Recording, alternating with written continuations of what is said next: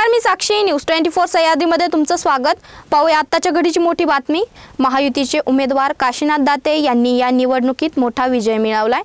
16व्या फेरीत काशीनाथ दाते यांनी तब्बल 6508 मतांची आघाडी घेतली होती.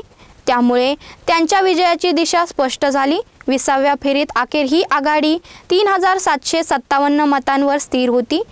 22व्या फेरीत ती थोडीशी कमी होऊन 3003 मतांवर आली, परंतु दाते यांची आघाडी कायम राहिली. 24व्या फेरीत आणखी घट होऊन 1712 मतांची आघाडी नोंदविण्यात आली आणि अखेर 27व्या फेरीत काशीनाथ दाते यांनी 1534 मतांनी विजयी होऊन हा निकाल महायुतीच्या बाजूने मोडलाय.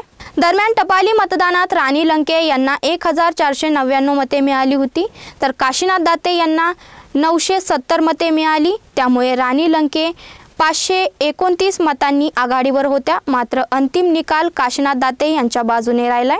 पारनेर नगर मतदारसंघातील हा निकाल महायुतीसाठी एक मोठी उपलब्धी ठरली आहे. अधिक ताजा अपडेट्ससाठी तुम्ही पाहत राहा न्यूज 24 सह्याद्री.